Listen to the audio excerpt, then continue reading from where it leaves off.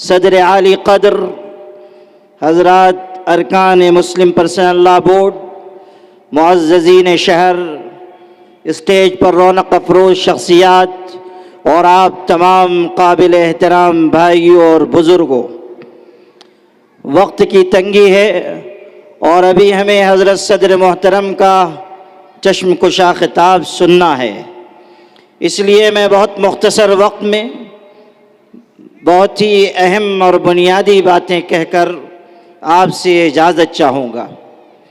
ملک کے حالات مشکل ہیں اور خطرات کا بادل ہمارے سروں پر چھا چکا ہے۔ وقف قانون کی شکل میں ہم پر جو آفت مسلط کی گئی ہے وہ دستور مخالف بھی ہے، مذہب مخالف بھی ہے، ملک میں اضطراب اور بے چینی پیدا کرنے والی چیز بھی ہے۔ لیکن اس حقیقت کو سمجھ لیجئے کہ رات چاہے جتنی اندھیری کیوں نہ ہو، صبح کا آفتاب روشن طلوع ہو کر رہتا ہے۔ اس لیے آج جو ظلم کی بدلیاں ہم پر چھائی ہیں، وقت آئے گا کہ یہ بدلیاں چھٹ جائیں گی اور انصاف کا سورج طلوع ہو کر رہے گا انشاءاللہ۔ سلطنت عثمانیہ کے آخری خلیفہ سلطان عبدالحمید خان کے خلاف سازشیں ہوئیں، غیروں نے یلغار کی، اپنوں نے بے وفائی کی اور ان کو اور ان کی سلطنت کو چاروں طرف سے گھیر لیا گیا۔ اس وقت دشمنوں کے نمائندے نے ان سے کہا تھا کہ سلطان آپ ضد چھوڑ دیجئے، اس لیے کہ آپ اور آپ کی سلطنت پوری طرح گھر چکی ہے اور آپ کی سلطنت کی وہی حالت ہے جو 32 دانتوں میں گھری ہوئی زبان کی ہوتی ہے۔ اس لیے آپ شکست تسلیم کر لیجئے اور ہتھیار ڈال دیجئے۔ اس غیرت مند خلیفہ نے یہ غیر معمولی ایمان سے لبریز جواب دیا تھا کہ میں جانتا ہوں کہ حالات ناسازگار ہو چکے ہیں اور میری سلطنت کی وہی حالت ہے جو 32 دانتوں میں گھری ہوئی زبان کی ہوتی ہے، مگر سن لو، قانون قدرت یہ ہے کہ 32 کے 32 دانت گر جاتے ہیں، زبان سلامت رہتی ہے۔ نعرہ تکبیر! نعرہ تکبیر! یہی بات آج ہم کہہ رہے ہیں کہ ظالم اور ظلم و ستم کی راہ پر آگے بڑھنے والے ہمیشہ باقی رہنے والے نہیں ہیں۔ ہم محبت کا پیغام عام کریں، اپنے برادران وطن کو ساتھ لیں، انصاف پسند بھائیوں کو ساتھ لے کر ہم قانونی اور عملی جد و جہد کا راستہ اختیار کریں، کامیابی انشاءاللہ قدم چومے گی۔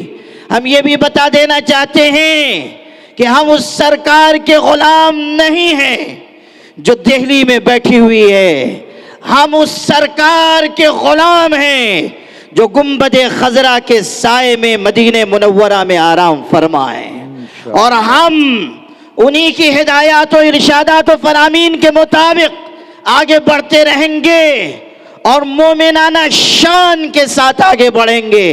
اقبال نے کہا تھا، ہر لحظہ مومن کی نئی آن نئی شان، کردار میں گفتار میں اللہ کی برہان، جگر لالا میں جس سے ٹھنڈک ہو وہ شبنم، دریاؤں کے دل دہل جائیں جس سے وہ طوفان، یہ ہے مسلمان۔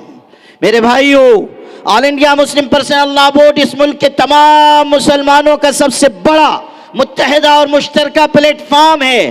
آج اس کی دعوت پر آپ اتنی بڑی تعداد میں جمع ہوئے ہیں، آپ یہاں ہزاروں کی تعداد میں ہیں اور باہر بھی سڑکوں پر ہزاروں کا مجمع اپنے قائدین کی گفتگو سن رہا ہے، اور کل بھی ہماری بہنوں نے جس غیرت ایمانی کا مظاہرہ کیا وہ اس شہر کی تاریخ میں ہمیشہ یاد رکھا جائے گا۔ یہ جم غفیر بھی اور کل کا مجمع بھی حکومت کو یہ پیغام دے رہا ہے کہ آپ نوشتہ تقدیر پڑھ لیجئے اور جلد از جلد قانون کو واپس لے لیجئے، اسی میں خیر اور بھلائی ہے، آپ کے لیے بھی، ملک کے لیے بھی اور اس ملت کے لیے بھی۔ میرے بھائیوں، اسی کے ساتھ ساتھ میں یہ اعلان بھی کرنا چاہتا ہوں کہ کل 30 اپریل کو بتی گل کی تحریک کا اعلان کیا گیا ہے۔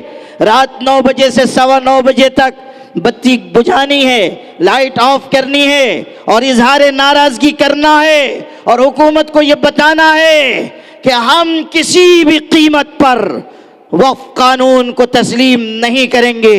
ہمارا احتجاج جاری رہے گا، اور سن لیجئے کہ ہمارا احتجاج اس وقت تک جاری رہے گا جب تک یہ کالا قانون واپس نہ لیا جائے۔ کہ آپ سب اس کے لیے تیار ہیں انشاءاللہ؟ آپ کے اس جذبے اور غیرت ایمانی کو خراج عقیدت پیش کرتے ہوئے میں آل انڈیا مسلم پرسنل لا بورڈ کے صدر محترم حضرت مولانا خالد سیف اللہ رحمانی صاحب کا، اکابرین بورڈ کا اور تمام ارکان بورڈ ریاست مہاراشٹر کا شکر گزار ہوں جو یہاں تشریف لائے۔ وقت کی تنگی کی وجہ سے میں انہی کلمات پر اکتفا کرتا ہوں، اور اب انشاءاللہ اس مجمع میں، اس اجلاس میں آخری چشم کشا خطاب صدر عالی قدر کا ہونا ہے۔ اس کے بعد چند اختتامی کلمات اور حضرت مولانا ادریس عقیل ملی قاسمی صاحب کی دعا پر انشاءاللہ یہ اجلاس اختتام پذیر ہوگا۔ آخر میں 2 باتیں میں عرض کرنا اپنی ذمہ داری سمجھتا ہوں۔ ایک تو پہلگام میں جو دردناک واردات پیش آئی ہے اور جس طرح دہشت گردی کا واقعہ ہوا ہے، ہم کڑے سے کڑے الفاظ میں اس کی مذمت کرتے ہیں اور حکومت سے مطالبہ کرتے ہیں کہ وہ دہشت گردوں کے خلاف سخت سے سخت کارروائی کرے۔ کہ آپ سب مذمت کرتے ہیں؟ ہاتھ اٹھا کر بتائیے۔ اس واقعے کی ہم سب مذمت کر رہے ہیں اور مطالبہ کرتے ہیں کہ دہشت گردی کے خلاف کڑی سے کڑی کارروائی ہو۔ اسی کے ساتھ یہ بھی مطالبہ کرتے ہیں کہ اس واقعے کے بعد جن کشمیری مسلمانوں کے ساتھ ملک میں زیادتی کی جا رہی ہے اس کا سلسلہ بند کیا جائے، کہ یہ بھی ناانصافی ہے۔